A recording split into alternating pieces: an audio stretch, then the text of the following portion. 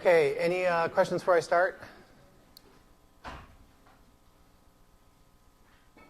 The webcasting should be, I signed up for it, and so it should be working. So from this lecture on, I don't think the last lecture made it. So anyway, I've never actually done it before, but I assume you have the voice along with the slides. So it'll be there. And then we will, just to remind you, we will have lab on Thursday. After Thursday's class, there's the 2 labs, and I really encourage you to go to them, particularly for those that care about implementing this stuff after we're done here. That's really where you're going to learn it. All right, so I'm just finishing up the first chapter, probably today and a little bit on Thursday. And today we're going to start out with a review of regression. So there are some prerequisites for this class, but some of you are taking them concurrently with this course. So you won't, for instance, get to logistic regression until we've already started working with it. And I think most of you have probably encountered linear regression. But what I wanted to talk is just sort of about general regression, what we're modeling, why people choose regressions to model these kinds of questions when you're trying to find the relationship of some outcome like disease to some exposure, some risk factor, treatment, et cetera, and maybe other confounders, and how to interpret the parameters that come back from regression and this sort of thing. Just so it's going to go very quickly because it should be review for most of you, but I want us all to be on the same page before we start diving in to talk about this in the context of longitudinal data. I don't know if any of you read the chapters in not just the book that I'm writing with Nick Jewell, chapter 1, which was the assigned reading, but the other couple chapters from this book by Twix, I think is the last name. I think the book is pretty good. I really do think it makes some fundamental errors, which I'll try to point out. So because it does talk about things where I think it's just not very rigorous about, particularly how it defines causal inference and things like that. So I want you to read that book. It's a good book at highlighting general issues that come with longitudinal data, and it's sort of a different perspective on how to teach some of the regression techniques we're going to talk about. But you should read it as you read my book with the skeptical eye. There's a lot of subjectivity to writing these stat books, believe it or not. And there's a lot of different philosophies on various issues. And sometimes I think they shouldn't be philosophies, they're just right or wrong. And when I feel that's the case, I'll try to point it out in that book, because I don't want you taking these books as some sort of biblical importance. Many of them, things we talk about, are interpretations of these models and how to use them, and there are often rigorous ways to sort of define these things. So there isn't really a debate once everybody puts their cards on their table, says what they're trying to estimate, what are the committing estimators, what is the gold standard, or the goal of them, et cetera. But if that isn't done, there can be a lot of sort of philosophical talk that's a little bit loose. We do it a little bit in our book, I have to admit, and it's done quite a bit in this book. So again, I just want you to take some of that with a grain of salt. Okay, regression. So again, most of this course, I ended with this last time, most of this course is going to talk about parametric regression and how to estimate it in the context of longitudinal data. We're going to talk about the various different types of approaches that one uses to do regression. And we're also going to talk about different kinds of regression. All of them have a lot of similarities in that they're all modeling the same essential parameter of the distribution. So, just a step at the very, very, very beginning, you collect data. And that collection of data is an experiment. That's the whole idea of statistics. And characterizing uncertainty in estimation comes the fact that you're trying to learn information about some target population from an experiment, which is often a sampling of data, particularly if you're in public health. I mean, you can have experiments as well, and you can talk, that's subtly different. But basically, we'll, for now, just keep it as thinking about it as a sampling experiment. And so you collect this data, and you have a design to collect it, and that design will tell you something about whether you're getting a pure random sample of the units in your target population, or you're getting a bias sample. In public health, particularly, there's very commonly and popular sorts of bias samples, like case control data is not a random sample; it's a bias sample. You're taking more people with the outcome than you would if you took a natural sample, typically. So you have the combination of how these variables are actually related in the true target population, and you also have the design that was used to sample them. Those things combine to make the data generating distribution. It's some typically unknown distribution which tells you, if I randomly draw a unit, what's the probability that they will have values for all these variables I'm interested in. It's essentially what the distribution is trying to describe. So in a case where you have just one random variable, well, that's very simple. You can represent the distribution. If it's just, for instance, I'm interested in the distribution of BMI in a population, and I take a random sample for that population, I can represent the estimate of the distribution in my sample as what? What would you do? Before you even estimate anything in particular, you just want to make a plot. What's the plot that you make when you're trying to show an audience that here, this looks like, this is the estimate of the distribution of BMI in my population? Histogram, exactly. Okay, so a histogram is a representation of the data generating distribution for BMI. It sounds like a fancy word, but that's what it is. It's a histogram in that case. If I collected not just a sample from my target population, but, for instance, everybody in the United States, and I did a histogram, that is the data generating distribution. So it's very easy to think of what the true parameter is. It's just that thing you did in the sample, but applied to the everybody. That's what you're trying to estimate with that histogram, is what you would get if I, in fact, sampled everyone, right? If I sample everyone, there's no uncertainty left anymore. There's no standard errors make no sense, because I have the distribution. That is the parameter. It's not an estimate of that distribution anymore. So to talk about what would happen in terms of variability in repeated samples of that kind, if I take the target population, well, every time I take it, I get the same number. There is no variability because I have everyone. There is no randomness anymore. And there's different ways to think about variability of estimates, but I really think that's the way to think about it most transparently, most tangibly. Some of the other ones are a little more esoteric, like what if I ran this experiment over again? Maybe I take another full sample 2 years later, and I get a different distribution, and I really think of some process that's changing BMI as part of the underlying variability I want to capture. Well, I would say you just have two parameters. You have the distribution one year and the distribution other, and they change, and there's a number that describes their change, or several numbers, but that isn't an estimate. That's just the number. However, this comes up a lot, where people will have full population samples, and they're making inferences about the population they sampled, and they'll give standard errors. Well, that makes no sense, because what is the variability? So we're going to think of the variability as sampling variability for the most part. And we have this underlying distribution of all those variables. Now, in the simple case I gave you, it's easy. We can represent it as a histogram.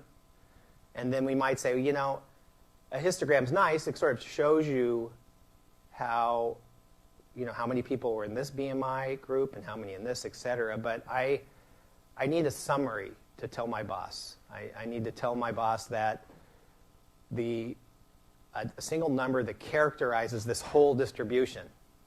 Is there an objective number that's good at characterizing the whole distribution of that histogram that you made?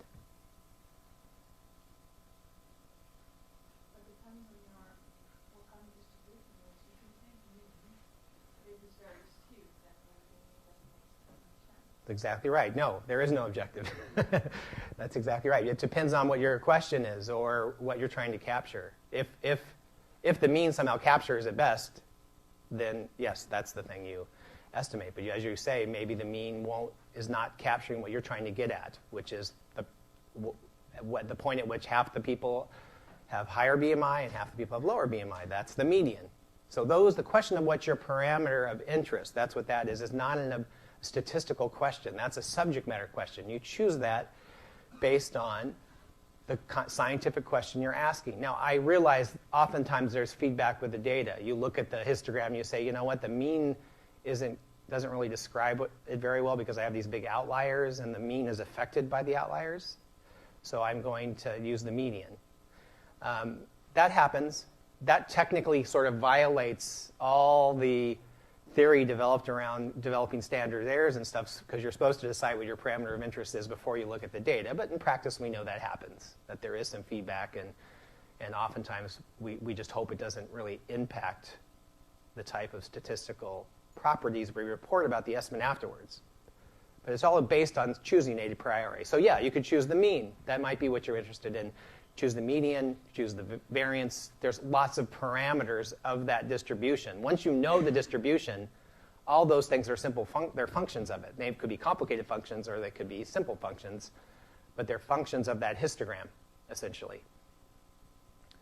Now picture you don't have BMI, but you also have age, and you want to know the relationship between age and BMI. So if I wanted to show that in a way where I'm not, at this point, making any assumptions about what I'm interested in. I just want to show the distribution. I have two variables. So what do you do in that case?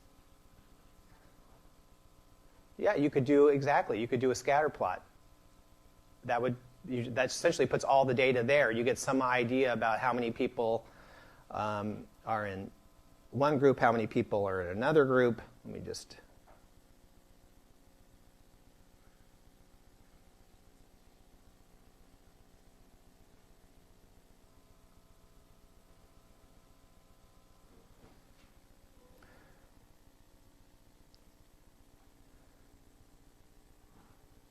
So obviously that's one way. Now let's say my data is, I'll just call it O. That means that's just my observed data. It's on each unit. Okay, so I'm not saying this is the data on all the people. This just represents the data on one person. I have BMI, which I'll call Y, and I have X, which I'll call age, right? And so one thing I can do, of course, is just do some kind of scatter plot.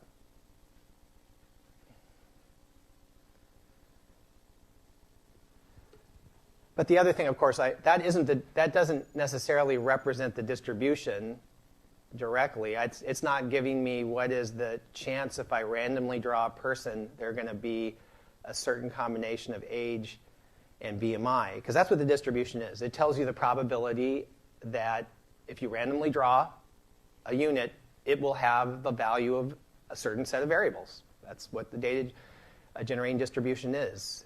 It's again, think of it as a sampling. We have this big bucket of people in our target population. We're randomly drawing a set out of that bucket. We want to know, in this case, they have two labels. We want to know, they have a label in the front, which is their age, and a label in the back, which is their BMI, and we want to know what's the probability you'll have certain combinations of those. So you might break this up into bins, which is exactly what you do with the histogram, right? And then you might break it up this way, and then I know I took a total sample size of like N, and I can get the number in each one of these bins, N1, 1, and N1, 2. It's arbitrary what I'm calling these. It doesn't matter. You don't need to write the notation down. It's not important here. And I can get, the probability of being in that bin would be N1, 1, or not the probability, but the estimated probability over N, right? Probability, let's say, Y is equal to 1, and X is equal to 1. And since it's an estimate, I often will put a little hat. Hat just means it's not the true one, The true one would be the same exact scatter plot, but I just have it in everybody in my target population. And that proportion of people who are in that group that have a certain BMI and a certain age is the probability now. It's just the proportion in the target population. So anyway, we're not going to rely on complicated measure theory and things that you get into in probability. We're going to rely on very simple notions of what data generating distribution is and what a probability is. Okay, again, I can show that plot, and I could then, you can make a two-dimensional histogram now. You know, most software packages now have ways of making three-dimensional plots, so I could have a little bar that goes up from each one of these. I can't do it, of course, because I'm lame, but you can imagine it can, and you can represent, this is a two-dimensional histogram. But now at this point, you might be asked the question, a particular question, which isn't, the distribution of those things together is interesting, and everything I'm really interested in comes from it, but I want a summary that's more directly related to my question of interest. The word would be targeted towards my. What kind of question might someone ask?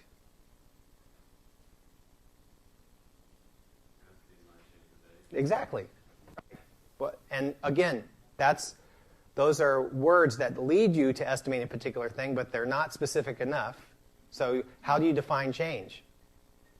You're defining, I assume there's a parameter, there's BMI distribution in this row. Oh, I'm sorry. Let me undo that because it's in this column, and there's another one in this column. Right? You could picture these as I can make a histogram of BMI when you're age 1 and BMI at age 1 and age 2, etc. So I have to say what aspects of those distributions am I going to choose to say when I change, what does it mean? Am I going to talk about the entire distribution changing? Usually that's a pretty challenging problem. It's hard to estimate a distribution, right? Because in order to estimate this probability well in each one of these bins here,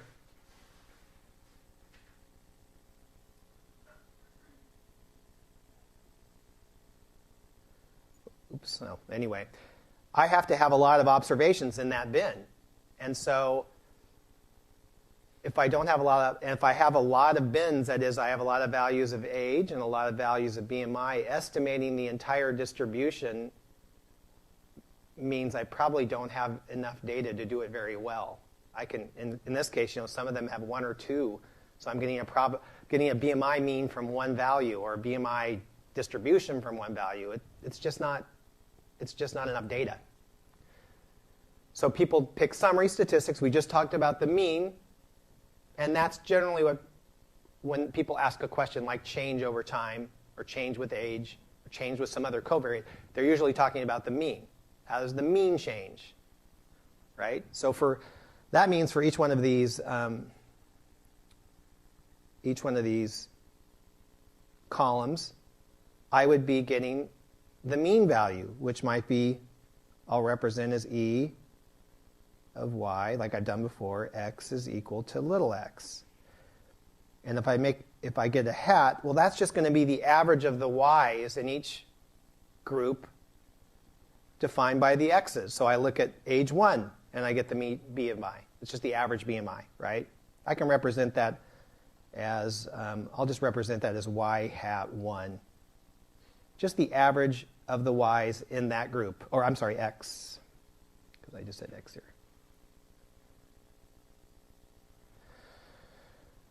Right? So that would be the mean in some group X. I can do that for each of my ages. And let's say I have ages go from age 1 to age 100 in my sample.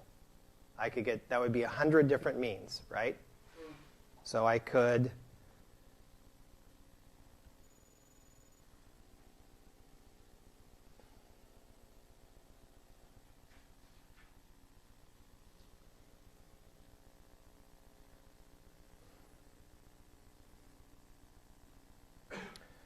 I have the same plot. Now I'm going to take all those points in each one of these columns.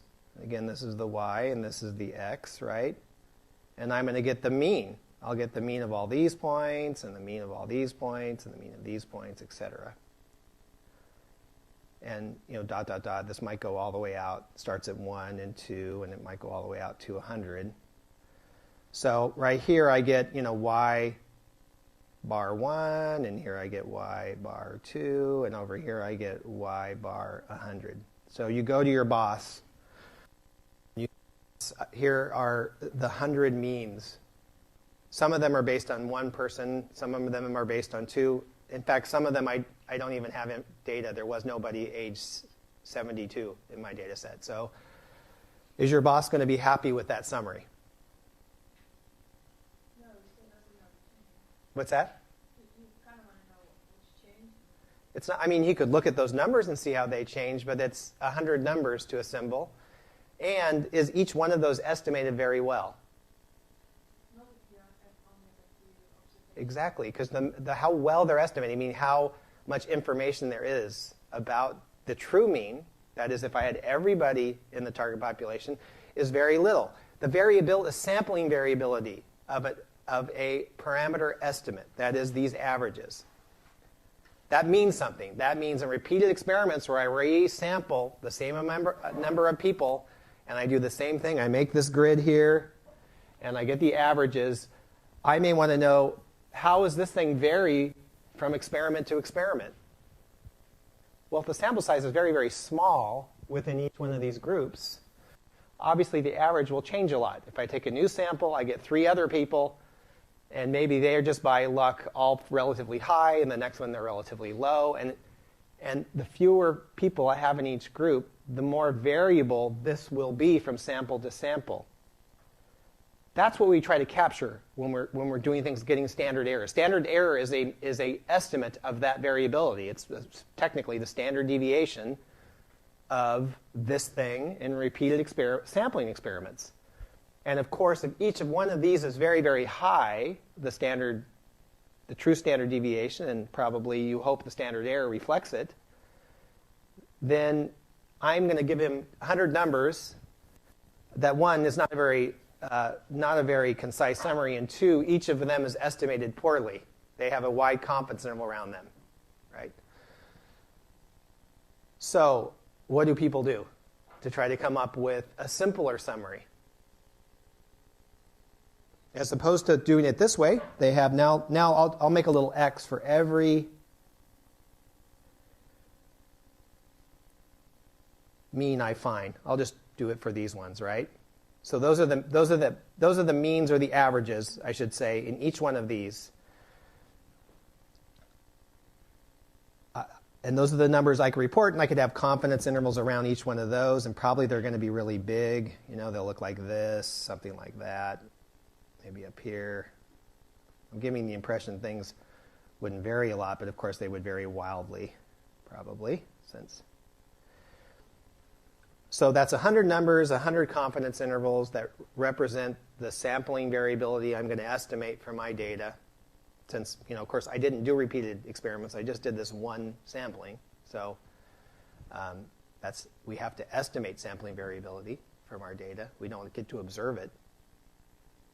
Your boss is going to say, that's ridiculous. First of all, some of these numbers are estimated poorly, and it's ridiculous. It's 100 numbers. I can't go to the board, can't go to the health board and say, here's the 100 numbers on my slide. Here's the pattern we see with BMI. So what's the next thing people do? A little louder. Linear regression. They want to summarize that trend. They want to say, okay, here's a trend. I want to summarize it in some way. Now, I know what I just did here, at least as sample size gets large, that's not going to be biased because I'm making no assumptions. I'm not assuming the trend is linear, right? I'm not assuming anything about the trend. That's the real virtue of what I've just done because it's unbiased. I'm just getting a sample average in each subgroup defined by these covariates is called a non-parametric estimate. No assumptions about the model, assuming it goes up smoothly, it goes up as a line, it goes up as a parabola, it goes up exponentially. I'm assuming nothing about the pattern. I'm just giving it back as it comes in my data. That would be called non-parametric estimation here. So that a good thing is there's no bias there. But to have no bias means each one of these things is estimated with high variance. So what I want to do probably, and what of course is done almost universally in our fields, is people assume a model. So, and when they're assuming a model, the model is probably wrong. I would say probably meaning certainly wrong. Which means now their estimates are going to be biased, but they're going to be a lot less variable, right? That underlies a lot of what we're doing in this course, because a lot of these models don't think much about what we're doing. Fitting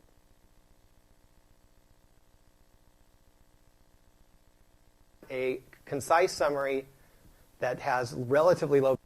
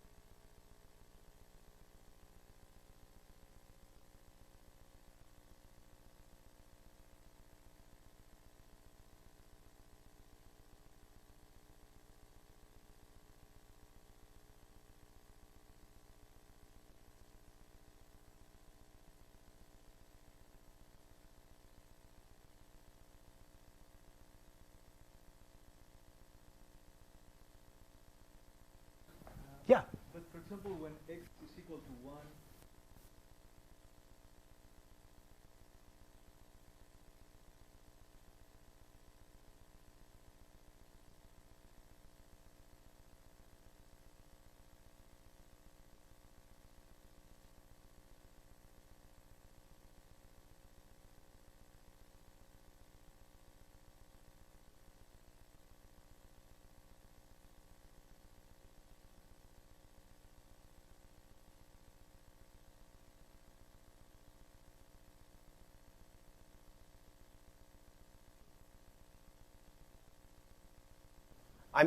I'm making a point for why we fit parametric models, and also parametric models are not magic. They are approximations to things we're interested in, and there's a cost to assuming a parametric model, and that cost is bias. Because if, in fact, the model we assume is not true, it means we're not sure the conclusions we're making based on an incorrect model are true. We hope it's a reasonable approximation to what's going on, and we can even think of our parameters not as true, the parameters of interest being not the truth, but just the approximation I would get if I did the same exercise, let's say a linear regression in the target population.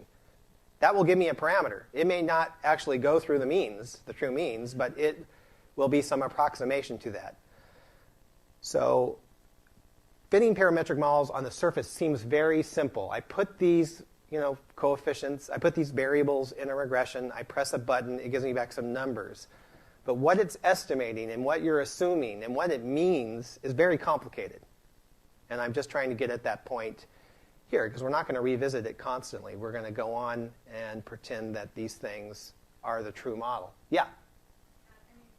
Also, we usually, I think we estimate the mean because it often is actually a useful thing to go after and it's easy to work with.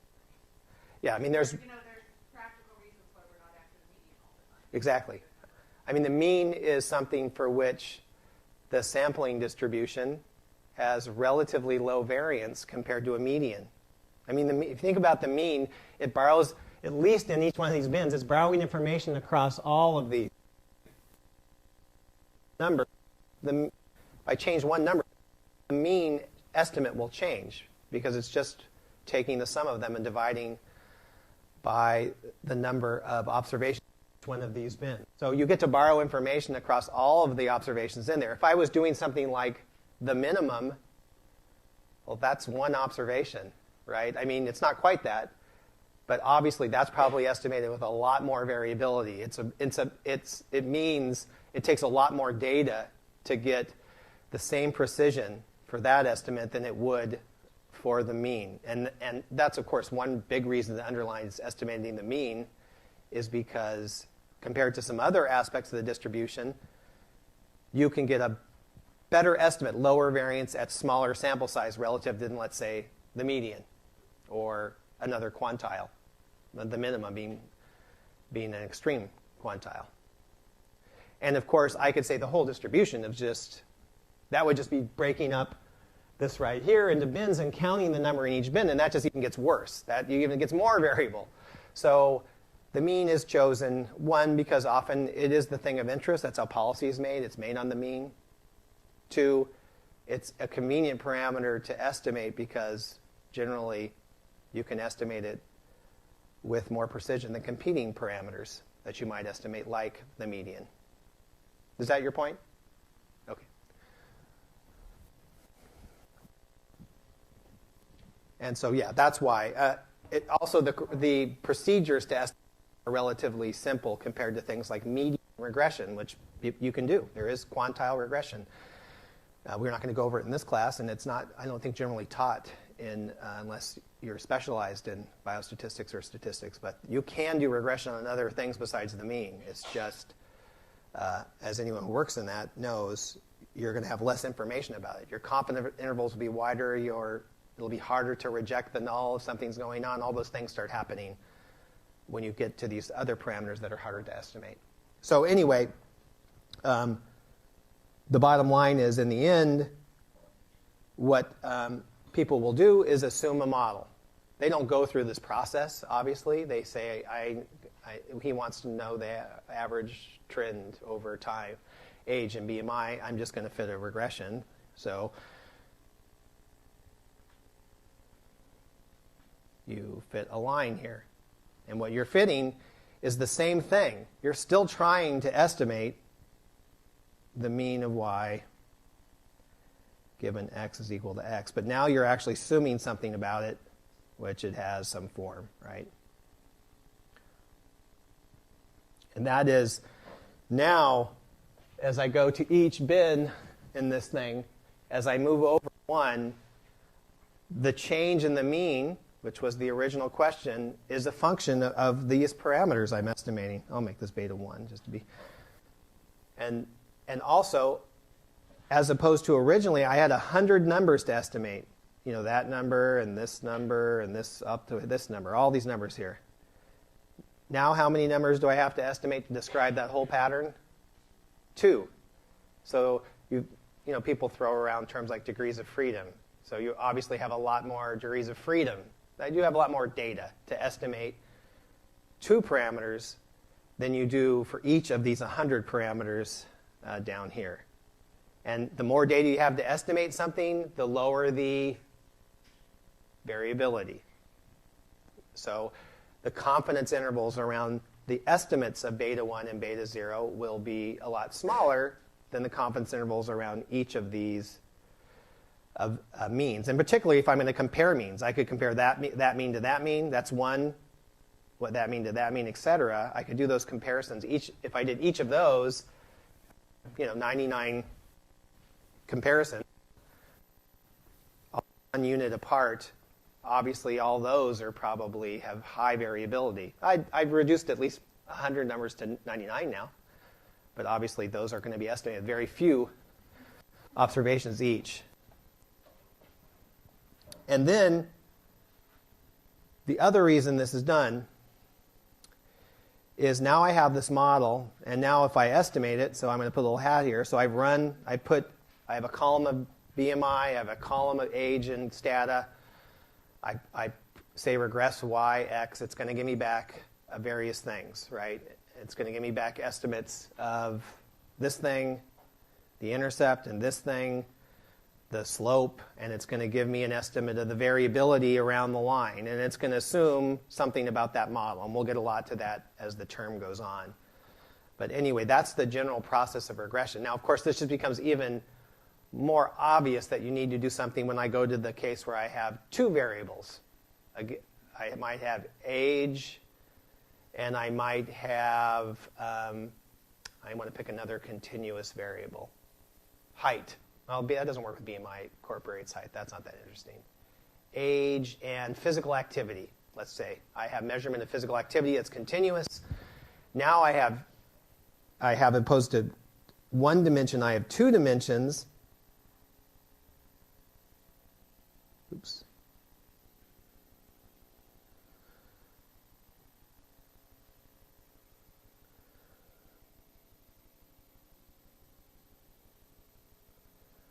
So in this case, I'm going to have, it's the same exact problem again, but now I'm going to have, think of this, I have an x1 and an x2. This might be physical activity. This might be age, right? And now I'm in my data, I can represent, I'm going to have these y's in each one of these, but now as opposed to for the same sample size, I'm going to have a lot fewer observations in each one of these bins, right? And they'd be represented by, of course, coming off of there. I can't do it, but you're just going to have to imagine it because I can't draw 3 dimensions. But now, of course, as opposed to 100 bins, if I have 10 levels of physical activity, let's say, 1, 2, 3 to 10, 10 being the highest, 1 the lowest, and I have 100 ages, and I want to do the same thing, get the mean for each combination of mean BMI for each combination of age and exercise, I would need 1,000 bins. So now, as opposed to dividing up a sample size of 100 into 100 bins, I'm dividing up a sample size of 100 into 1,000 different bins and taking the mean. If I don't want to assume anything, I just want the mean given combined values of physical activity and age. Well, you can see in that case it's hopeless. Most of them will be 0. They essentially have no observations in them. The ones that do will probably have 1 observation or 2 observations. And so I'm going to get a terrible estimate. And that even says you're more reliant on making some kind of assumption, like the mean varies smoothly, and so and it varies smoothly over both dimensions. Maybe it's a plane, so I can represent it as another kind of model. Again, that's probably going to be add even stronger assumptions than the first one, because you've added another variable, and you're now assuming linearity in both, in a particular kind of linearity. And the second, well, anyway, that's what. And so you'll fit a model like, E of y given x1 equals little x1 and x2 is little x2 might be beta 0 plus beta 1, x1 plus beta 2, x2. So now you're forced to make stronger assumptions, because you basically have the system where estimating things without assuming a model becomes impossible. That's called the curse of dimensionality. The dimension of my data set just changed. I just added another dimension as opposed to just age. Now I added exercise. And because I've added that and I put these two bins together and now there are so few observations per bin, I can no longer get a reasonable estimate of all of the joint distribution of these things, what the probability is, or the mean of, just the mean of y, not even the distribution, just the mean of y given levels of x1 and x2.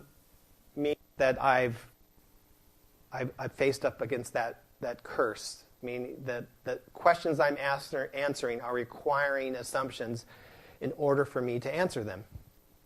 I cannot rely on non-parametric fits anymore. So now imagine I have a variable of interest and 20 confounders.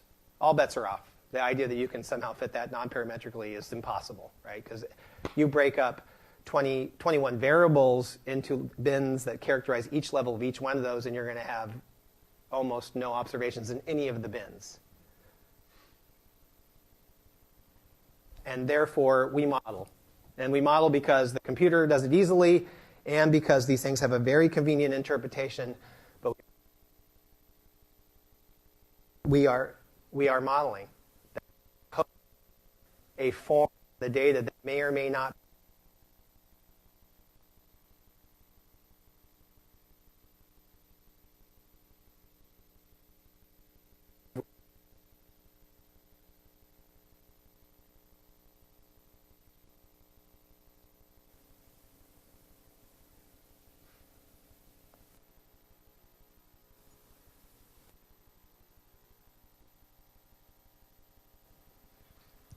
Okay, well, I just wanted to take one more little side here.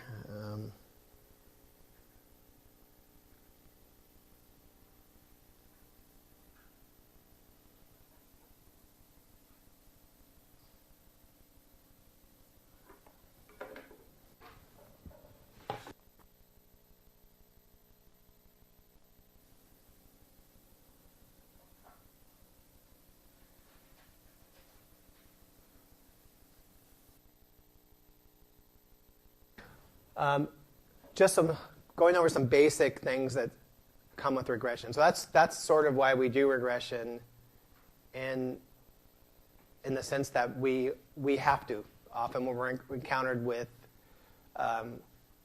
data is not extremely simple, like you can just do a histogram and the questions are ambitious. We want to know patterns of how variables are related to one another. So we use regression to sort of summarize those.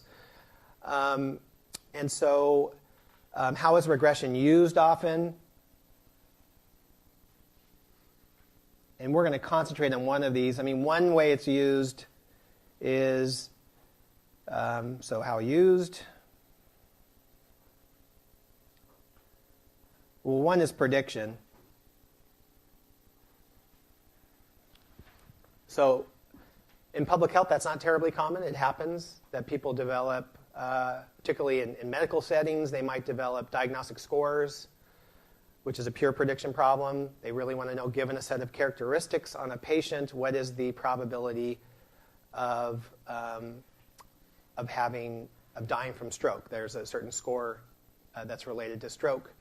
There's scores related to brain injury. And they're all trying to get at what, given how the patient presents itself, is there a small set of characteristics I can take that do a good job predicting the prognosis of this patient later? So prediction is often things like prognostic scores.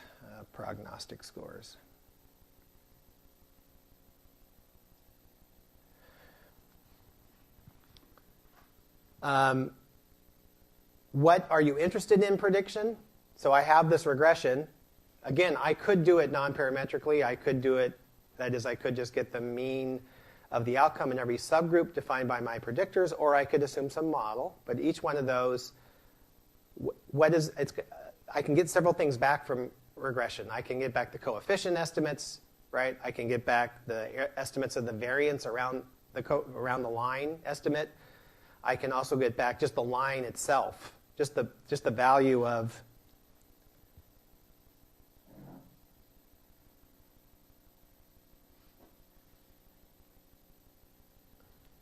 And that right there is the prediction. I mean, this is a subtle distinction. I put a capital X1 and a capital X2, and we'll talk about these fine distinctions later. That means I put in somebody's random, I put in, let's say, their heart rate, I put in their blood pressure, and Y could be an indicator that they're going to live or not. I'm currently working a lot in trauma data, and so it's very hard to predict who is going to survive or not severe trauma. There's a lot of sort of apparent randomness. They're trying to develop scores to do that. So you can put characteristics of the patient, and I'm trying to predict what it will be, and that will maybe give me some ideas about whether I should be very serious about it or not. But what you're interested there is not so much coefficients. You're just interested in the prediction. So it could be any function. You don't care. It's like you put in the stuff, and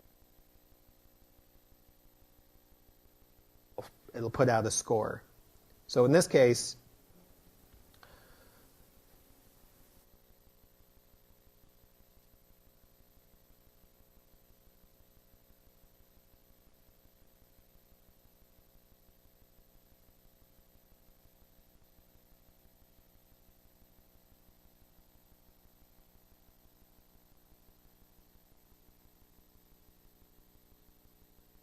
I'm not interested in these or these or these. They make up my regression, obviously. I'm interested in, over here, I'll just call this y hat. I'm interested in that prediction. Because I have some, here's x1 and x2, and I have some line, some plane here that I've regressed against. I put these values up, and that point there tells me their y hat. It tells me where in what I don't, whether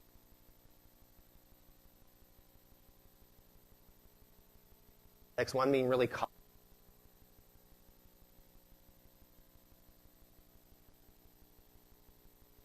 how you choose your model so much based on the model making sense. It's really based on how well it does in prediction. We don't a lot about that in stat classes in public health because, as I say, it's not that frequent. It's really the focus, but and that's often true in the kind of data that are essentially true in almost I think every data set we'll look at.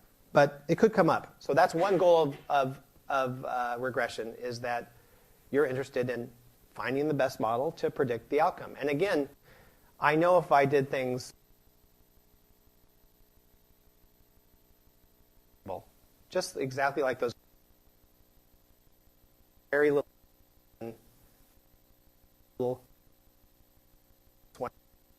to tell you the mean of y.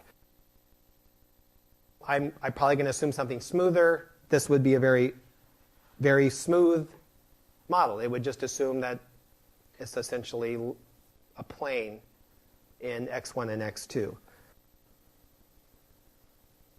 And if that's the case, among all the models that you could choose from, because right, I could just have fit this one, right? I could just fit the one that just has x1, just has blood pressure. So, and I might fit a linear model there. These things have different meanings now, and I could have a model that has a different form for x1.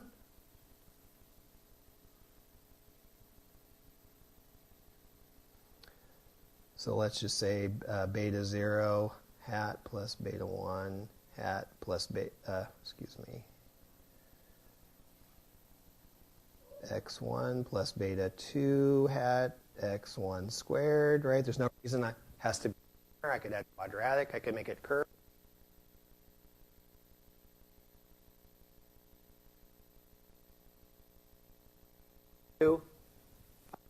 Model. The other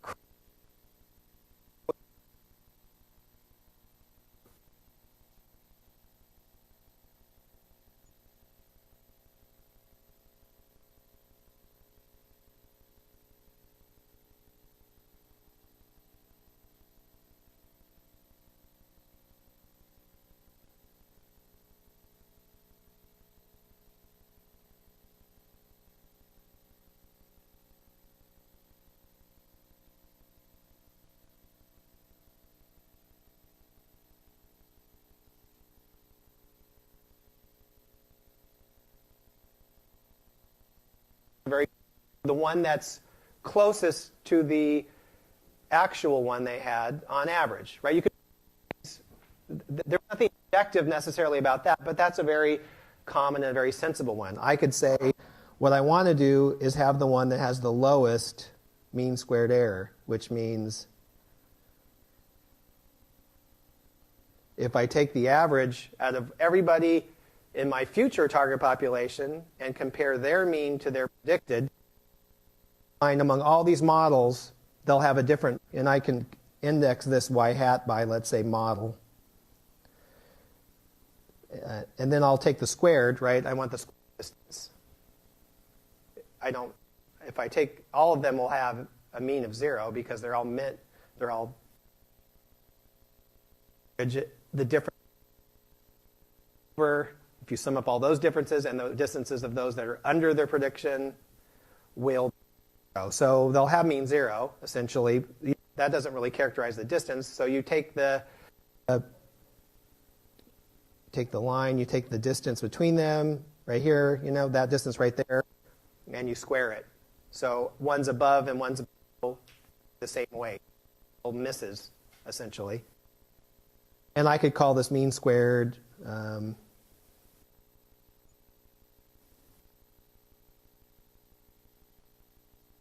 Don't worry about the notation. It's just the idea. Do for each of your experiment, try each the one that gives me lowest mean squared error. That's my goal. My standard is the mean squared error is lowest. I want to get that best for the prediction. And that would be typical. Now,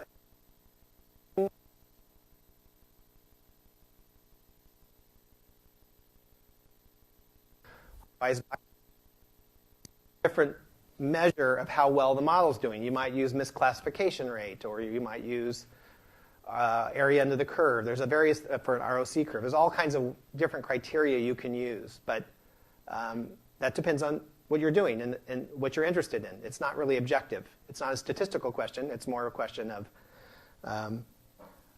how this will work in the future.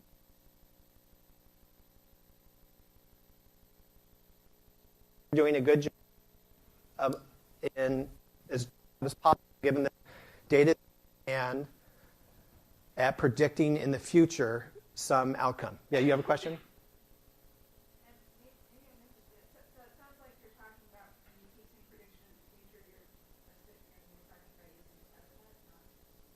Well, I'm not talking about anything. I'm not talking about a procedure that you would actually use to evaluate, because in practice, you don't usually have that. You don't really have that ability to go in the future and test a bunch of models. You only have the data set at hand, so you mimic this by using cross-validation. There's whole techniques that try to estimate future, estimating this from the data at hand by breaking it. And that's not a big focus of this class. There's a lot of good classes in biostat that will go over that on cross-validation and loss-based estimation. I'm just trying to really more vague goals of what you're doing prediction. You're not interested in the internal workings of this model. This thing could look like anything, and it's not. It could be.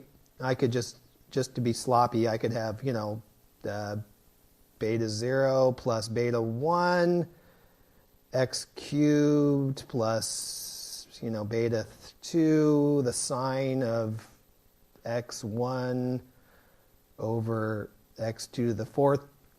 These coefficients are not going to mean very much. We don't care if that does a good job predicting. And in fact, these things may not even be causal variables. They may be proxies for something that really causes the disease outcome. It's just that they're doing a good job giving me what I need. So I don't worry about explaining them. That's why I call it a pure prediction problem. Because I've defined what I'm interested in. I'm interested in minimizing the mean squared error in the future between the observed and the predicted value. And in that case, evaluating models, at least in theory, is relatively straightforward. I can test that. I can either test it by, in theory, having a future data set where I can try a bunch of models, and that's been done. It was done a lot with the Framingham prediction model, lots of data sets were recorded in the future, and they tested the model, and they see how they estimate how well it worked compared to what they reported in the paper. And in fact, it works quite well. But you can also actually estimate it in the have by doing what I said. Anyway, the most important thing is not the technical details of that. It's really what your goals are. Not going to be something we're going to talk about too much in the course, but it is one use of regression. The other use I'll just generally call explanation.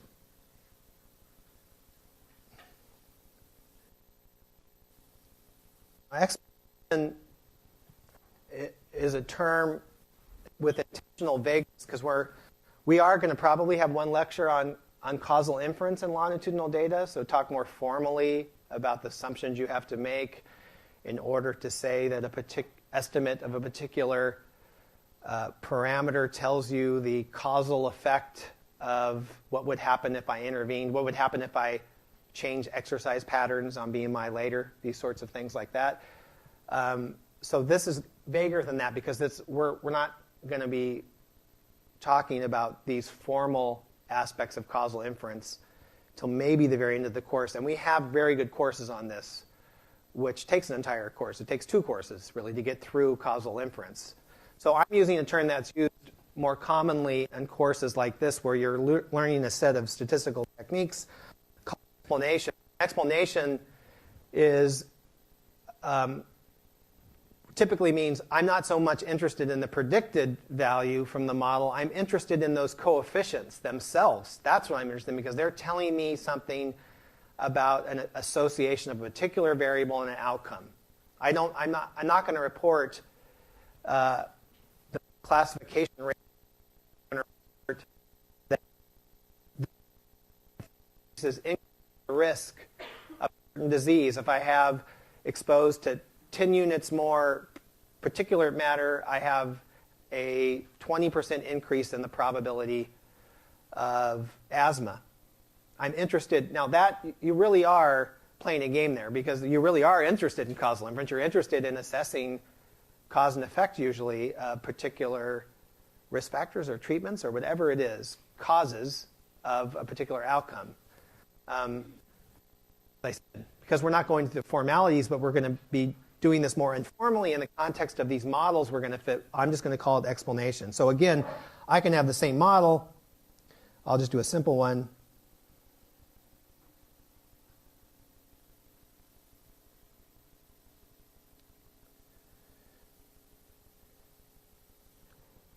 And the first question to ask is, why does that help with explanation? Why are these with regard to explain?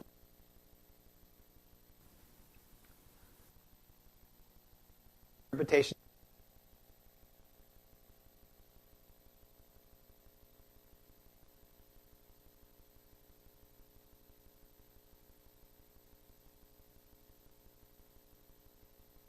Model is what?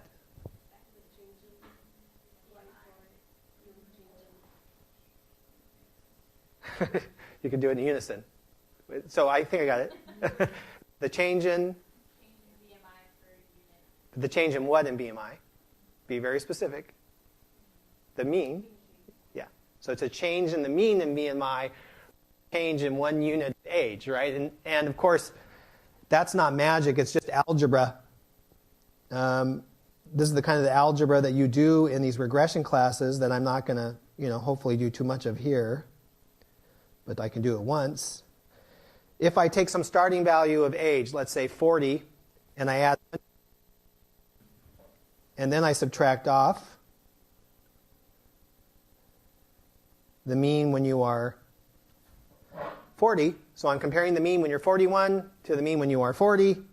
I'm going to get beta 1.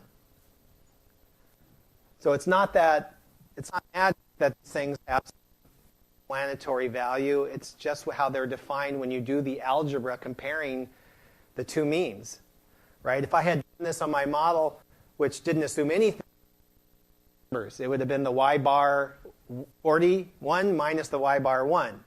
But in this case, it's actually just this beta 1. And in fact, it would be beta 1 whether I started with 20 or 40 or 60, because that's what it's assuming. It's assuming that change in the mean is the same for all changes in the unit. That doesn't mean it's true, but that's what the model is assuming, which of course is why it's so attractive, because that means you can borrow all those changes. Those 99 changes contribute to this one number, where in the case where I didn't assume any model, I only got to use one pair, which is obviously a lot less data. In short, we're more interested in not how well it performs at predicting Y. Typically in public health, the performance is miserable. I don't know if any of you are used to doing your own data analysis and you get your R-squareds or your pseudo R-squareds. If you're doing logistic regression, you're happy if it's 8%, right? I mean, we have not been good at figuring out things that explain lots of the variability we see in disease. It's just the truth. I think we would be interested in prediction if that were the case, because of course, if you have a discipline that can do that really well, like predicting how a plane is going to perform, unless you're the Dreamliner, of course, but other planes, which they've developed great models for predicting how the wind flow will go and how all these systems will work. They're very simple systems. There's not that many variables in comparison. You can see even there's always failures. But in our case, and they can get R-squareds that are 0.999, and that's why we get in those planes every day, because when we fly, because those models actually work quite well. They can predict pretty well how they're going to fly by the models they developed. Oftentimes because they don't rely on arbitrary assumptions. They're based on physics. They're based on other knowledge besides just trying to characterize some relationship empirically like we often do. So in our case, because we can't really do a good job predicting due to really at this point no fault of our own, it's just the nature of complexity of disease and the fact that it's typically caused by a lot of different variables cause it, we end up concentrating on explanation. How much does this risk factor influence the outcome? And this would be an extremely simple version of that. You're not going to see disease as your outcome or some other measure of disease. If you're a different discipline, I'm sure it's quite similar, whether it's test scores in education or other measures in other fields. So in that case, what are we interested in? If that was the true model, if that linear model, I'm interested, and I could estimate that beta 1 hat different ways. I could estimate it by fitting a model that was very complicated, like my original model, I assume nothing, and then maybe averaging all those little changes. If I assume to get, no, if I go back to the original one, if I'm comparing x is equal to 41 to x is equal to 40, I could use y bar 41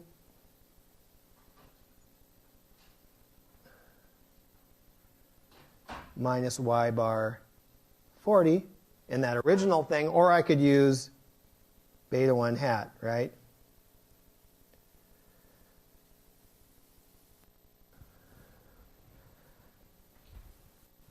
This is complicated when we variables enter the model, and there's other, I could adjust for them in different ways, and that's more reality. This is just a toy example of those. So I want to choose the one that What's my goal in choosing the one that's estimating that change in the mean BMI given a change in the age at 40 to 41?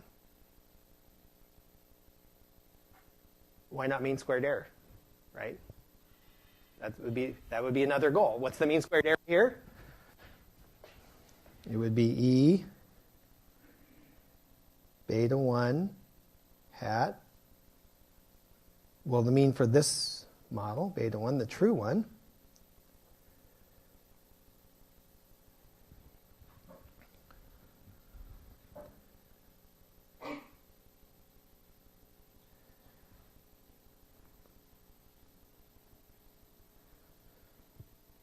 the mean squared error of beta 1 hat. So, first of all, in the mean, and that's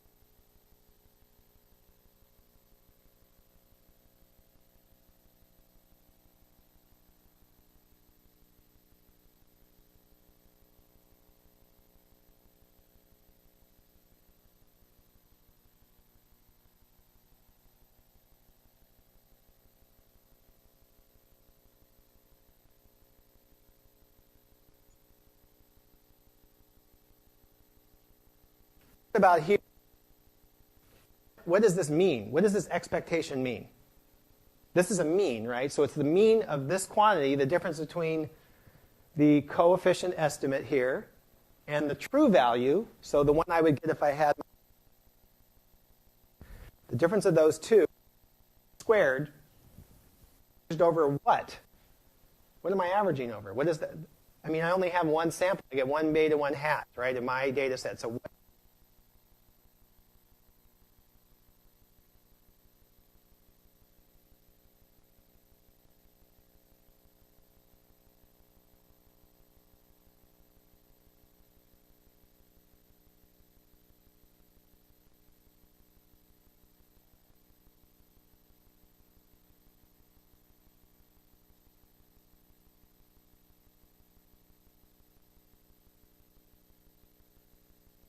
when people, particularly when they're talking about these coefficient estimates, what are they talking about? Say it louder. It's sampling variability, exactly. It's in the repeated experiments of the kind I did. The difference, distance between the estimate and the true value. That's what they're talking about.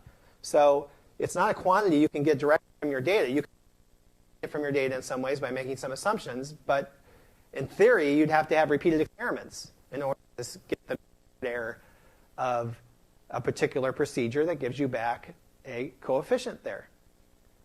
And of course, if I had competitors, I had something, I did median, it's possible I could use median regression because I could assume the data is normal and the median's equal to the mean. So I could do median regression and get my beta 1 hat. I could do the standard linear regression and get beta 1 hat. I could do all different kinds of things. Perhaps each of them will have a different mean squared error, and you typically want the one that gives you the lowest. So in explanation, this is typically our goal. We want to find among leading models the one that gives us the lowest mean squared error of the parameter of interest, the beta 1. Now, there'll be a lot of circumstances where this is really just impossible to really know because we have modeled, whether or not we include this particular confounder and things like this. We make time evaluating this quantity, but you at least should know what your goal is, right? That's the first thing you should always know in a statistical analysis is even if I really can't even ultimately tell you which of the ones does the best job, I should at least know what the goal would be if I could. And of course, statistical research is to find out how to find methods that do the best job when you have some goal. But that's the goal now of explanation. So this is let's just say that's the goal of explanation.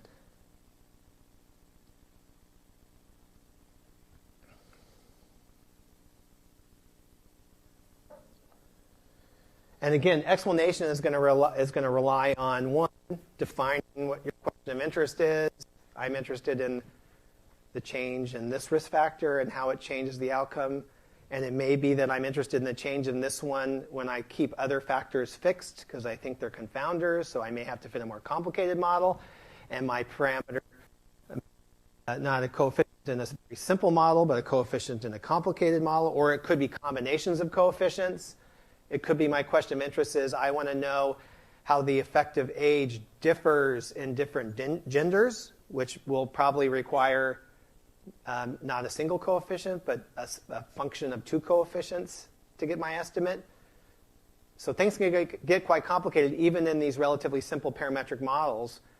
But the way you get there is you have to specify first what are you asking, and you fit your model, and then it's very plug and chug. I can now define my mean in one group and my mean in another group that I'm interested in. It's an algebraic problem to get the coefficients I need, and then once you estimate them, you plug them in. So, I mean, there is a process by which you do this. You talk a lot about it in 241 for those that have taken it and those that are taking it. And it is sort of the standard fluency in how to use regression results, is how do you make your model and how do you use the parameter estimate you get back to answer your question of interest. And that typically, as I said, that question will involve explaining things, associations, less so than it will prediction. Okay, last thing quickly, what do you get back when you do one of these regressions? So when you get them back, what you'll get is a coefficient, right?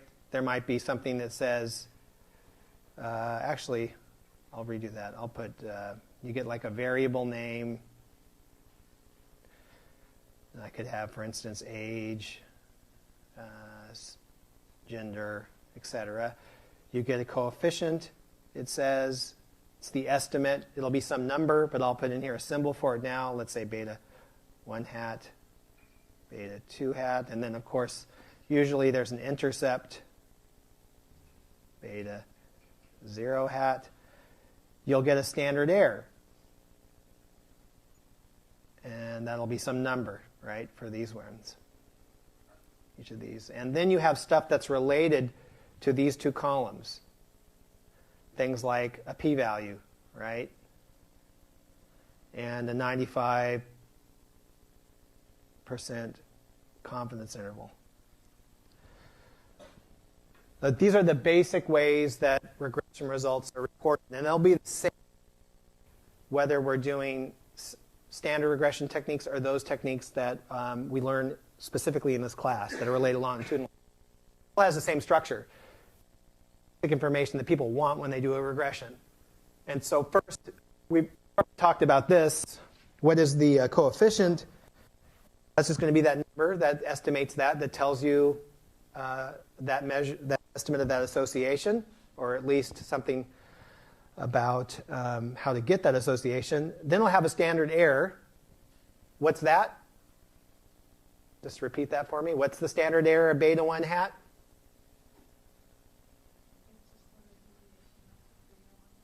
It's the estimated standard deviation of it. So almost perfect. Very good. So obviously I don't know the standard deviation of beta 1 hat. That would be having the entire target population in my data set. And I could do this experiment myself. It's the estimated standard deviation, which means I'm going to have to assume something to get it. But that'll be a large part of this model, is what are the assumptions behind how we get the standard error when we can no longer assume simple things like things are independent. Some observations might be correlated, so getting that standard error becomes tougher. But that's what it means. It means the same thing whether I'm doing regression in a simple cross-sectional study without repeated measures, and I'm doing it in this study. It's what is the variability estimate of this coefficient estimate in repeated experiments of the kind I did.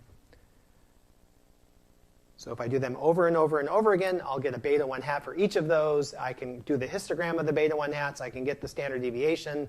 I'm trying to estimate that from a sample size of one experiment, and we'll learn how to do that as you learn how to do that in other courses. Now, these things, and I'll end with this, these p-values and these 95% confidence intervals, that's where statistical magic comes in, right? The other ones are a model. The variance does not change around the predicted value of y as I change the x's. It stays constant. There can be assumptions like that. But the assumptions that you need to get these require knowing not just the standard beta 1 hat, not just the estimated standard deviation. It requires that you know everything about beta 1 hat. You know all the details of beta 1 hat, how often it goes way off to the right, and how often it goes way off into the left. In fact, draw the entire distribution in repeated samples. And voila, it is, you hope, and the procedures assume, that it looks like this. This is beta 1. Oops. This is the distribution of beta 1 hat distribution.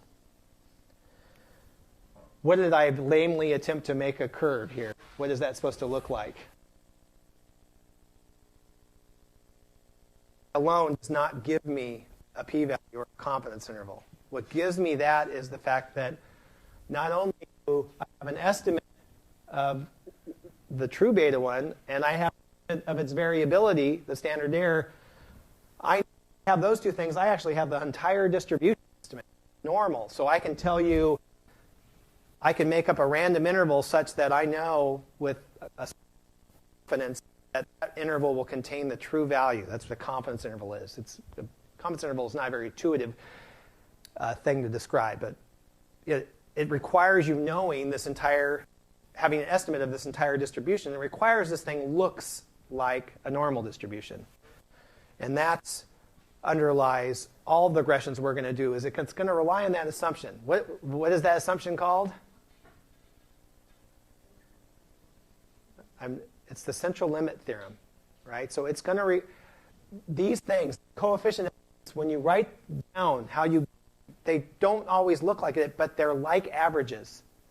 The central limit theorem tells you that regardless of your underlying random variable, it can be normal or it can be uniform. It can look nothing like normal. If I take averages of that random variable, those averages, the distribution of the averages in repeated experiments where I take another random sample and take an average and another one and take an average, they look normal. That's what allows us, people like me, to be in business, because otherwise it would be impossible to derive inference to tell you how much information you truly had about an estimate unless you knew its distribution. And that, of course, the central limit theorem is the magic that gives people like me a job, because it allows you to come up with p-values and confidence intervals. The first two lines, again, you don't really need to say anything about they just tell you some things about the distribution of beta. But the fact that we can rely on the central limit theorem to give you the whole distribution means we can get p-values of certain tests, and we can get confidence intervals. We'll talk a little bit about that more next time before we move on to more of the core of the class. But I'll stop now.